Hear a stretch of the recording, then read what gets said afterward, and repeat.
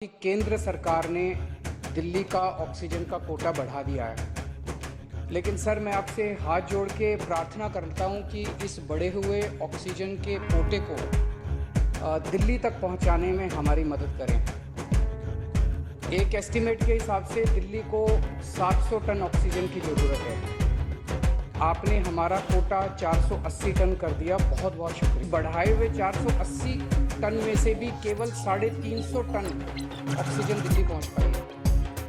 प्रधानमंत्री जी, जब से ऑक्सीजन का संकट शुरू हुआ है मेरे फ़ोन बजते रहते हैं।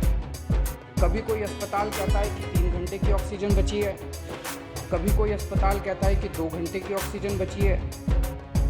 हम कारण जानने की कोशिश करते हैं तो पता चलता है कि पीछे किसी राज्य ने दिल्ली के लिए ऑक्सीजन लाने वाले ट्रक को रोक रखा है। हमने मदद के लिए केंद्र सरकार में कुछ मंत्रियों को फ़ोन किए। शुरू में उन्होंने खूब सहयोग किया सर, लेकिन अब वो भी बेचारे थक गए हैं। सर, देश के संसाधनों पे तो 130 करोड़ लोगों का अधिकार है ना। अगर दिल्ली में ऑक्सीजन की फैक्ट्री नहीं है तो क्या दिल्ली के 2 करोड़ लोगों को ऑक्सीजन नहीं मिलेगी? जिस राज्य में ऑक्सीजन की फैक्ट्री है, क्या वो दिल्ली की ऑक्सीजन रोक सकते हैं? ऐसे में हम क्या करें? सर, मैं आपका बेहद शुक्रिया अदा करना चाहता हूं कि आज आपने ये मीटिंग बुलाई है, बहुत सही समय पे ये मीटिंग बुलाई है। पर सर, मैं आज ये जानना चाहता हूं कि अगर आज या कल या किसी भी टाइम हमारे दिल्ली के किसी अस्पताल में अगर 1 घंटे की, आधे घंटे की, 2 घंटे की ऑक्सीजन बच जाए और लोगों की मरने की नौबत आ जाए तो मैं फ़ोन उठा के केंद्र सरकार में किससे बात करूं? सर, मैं ये जानना चाहता हूं कि अगर कोई राज्य दिल्ली के कोटे की ऑक्सीजन का ट्रक रोक ले तो मैं फ़ोन उठा के किससे बात करूं? हालत काफ़ी ज़्यादा गंभीर हो चुके हैं सर। हम अपने लोगों को मरने के लिए तो नहीं छोड़ सकते। हमें लोगों को ये विश्वास दिलाना पड़ेगा कि एक एक ज़िंदगी हमारे सबके लिए कीमती है। हम आपसे फिर से दिल्ली के लोगों की तरफ से हाथ जोड़ के अपील कर रहे हैं कि सर, तुरंत कोई कठोर और सार्थक कदम नहीं उठाया गया तो शायद दिल्ली के अंदर कोई बहुत बड़ी त्रासदी हो सकती है। मैं आपसे मार्गदर्शन चाहता हूं सर। सर, कुछ ही राज्य हैं जहां से मैक्सिमम दिल्ली की ऑक्सीजन आती है और जहां सबसे ज़्यादा दिक्कत आ रही है और जहां सबसे ज़्यादा हमारे ऑक्सीजन के ट्रक रोके जा रहे हैं। मेरी आपसे विनती है, अगर आप उन राज्यों के मुख्यमंत्री को एक बार बोल दें, फ़ोन कर दें कि हमारे ऑक्सीजन के ट्रक ना रोकें तो दिल्ली के लोगों को ऑक्सीजन मिल जाएगी।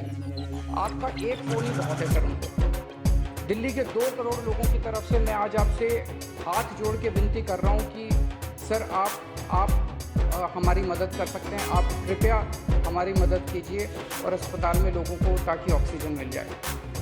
ऑक्सीजन की कमी के कारण अस्पताल में जो हालत बने हुए हैं वो अब देखे नहीं जाते। लोग बहुत ज़्यादा तकलीफ में हैं सर। पूरी रात हम सो नहीं पाते, नींद नहीं आती। इनका मुख्यमंत्री होते हुए भी मैं कुछ नहीं कर पा रहा। डर लगता है कि ऑक्सीजन की कमी से कहीं कोई बड़ा हादसा ना हो जाए। ईश्वर ना करे, अगर ऑक्सीजन ना मिलने से कुछ अनहोनी हो गई तो हम सब कभी अपने आप को माफ़ नहीं कर पाएंगे। प्रधानमंत्री जी, कोरोना से देश को बचाने के लिए एक नेशनल प्लान बनना चाहिए। इस नेशनल प्लान के अंतर्गत देश के सभी ऑक्सीजन प्लांट्स को तुरंत आर्मी के जरिए केंद्र सरकार टेक ओवर करे। ऑक्सीजन प्लांट से निकलने वाले हर ट्रक के साथ एक आर्मी का एस्कॉर्ट व्हीकल रहेगा तो कोई उस ट्रक को फिर आगे रोक नहीं पाएगा। सर, दिल्ली का जो ऑक्सीजन का कोटा आपने बढ़ाया, हम उसके बड़े शुक्रगुजार हैं, लेकिन उसमें लगभग 100 टन ऑक्सीजन उड़ीसा और वेस्ट बंगाल से आनी है। हम परसों से, जब से कोटा बढ़ा है, हम कोशिश कर रहे हैं उस ऑक्सीजन को दिल्ली लाने की। मेरा आपसे निवेदन है कि यहाँ से ऑक्सीजन अगर हो सके तो हमें हवाई जहाज से उपलब्ध करवाई जाए, और नहीं तो जैसा अभी बताया गया, आपका आइडिया है ऑक्सीजन एक्सप्रेस शुरू करने का। वो ऑक्सीजन एक्सप्रेस शुरू करके वेस्ट बंगाल और उड़ीसा से हमें ऑक्सीजन दिलवाई जाए। आइडिया नहीं, ऑलरेडी चल रहा है सर। दिल्ली तक नहीं पहुंच पा रही, हमारी दिल्ली तक नहीं आ रहा। उसमें अगर हमें दिल्ली के लिए भी कॉरिडोर मिल जाए तो आपकी बड़ी मेहरबानी होगी सर। आपने 2-3 जगह तो कर दिया सर, आपके इंटरवेंशन से मुझे पता चला। एक दिल्ली के लिए और करा दीजिए सर। यहाँ की हमारी 100 टन ऑक्सीजन उधर से आनी है। प्रधानमंत्री जी, हमारे देश के वैज्ञानिकों ने इतने कम समय में जो वैक्सीन बनाई है, इसके लिए हमारे वैज्ञानिक साधुवाद के पात्र हैं। आपने इसमें जो प्रयास किए, आपका बहुत बहुत शुक्रिया। अब हम सब लोगों को मिलके कम से कम समय में अपने नागरिकों को ये वैक्सीन लगवानी चाहिए। इसमें केंद्र और राज्य सभी सरकारों को हमको मिलके काम करना है। अभी सर केंद्र सरकार ने आदेश जारी किए हैं कि 1 मई से राज्य सरकारें सीधे कोरोना वैक्सीन खरीद सकती हैं। इसके बाद एक वैक्सीन की कंपनी ने अपने रेट जारी किए हैं कि वो केंद्र सरकार को 150 रुपये में और राज्य सरकारों को 400 रुपये में देंगे। सर, एक ही देश में एक ही सामान के 2 रेट कैसे हो सकते हैं? 1 नेशन 1 रेट होना चाहिए। सारे देश को एक ही दाम पे वैक्सीन मिलनी चाहिए। अगर देश एक है तो वैक्सीन का दाम भी तो एक ही होना चाहिए। तो मैं आपसे निवेदन करता हूं कि केंद्र सरकार को, राज्य सरकारों को एक ही रेट पे वैक्सीन मिले। जिस रेट पे केंद्र सरकार को वैक्सीन मिल रही है, उसी रेट पे राज्य सरकारों को भी वैक्सीन मिलनी चाहिए। सर, हर एक जान हम सब लोगों के लिए कीमती है।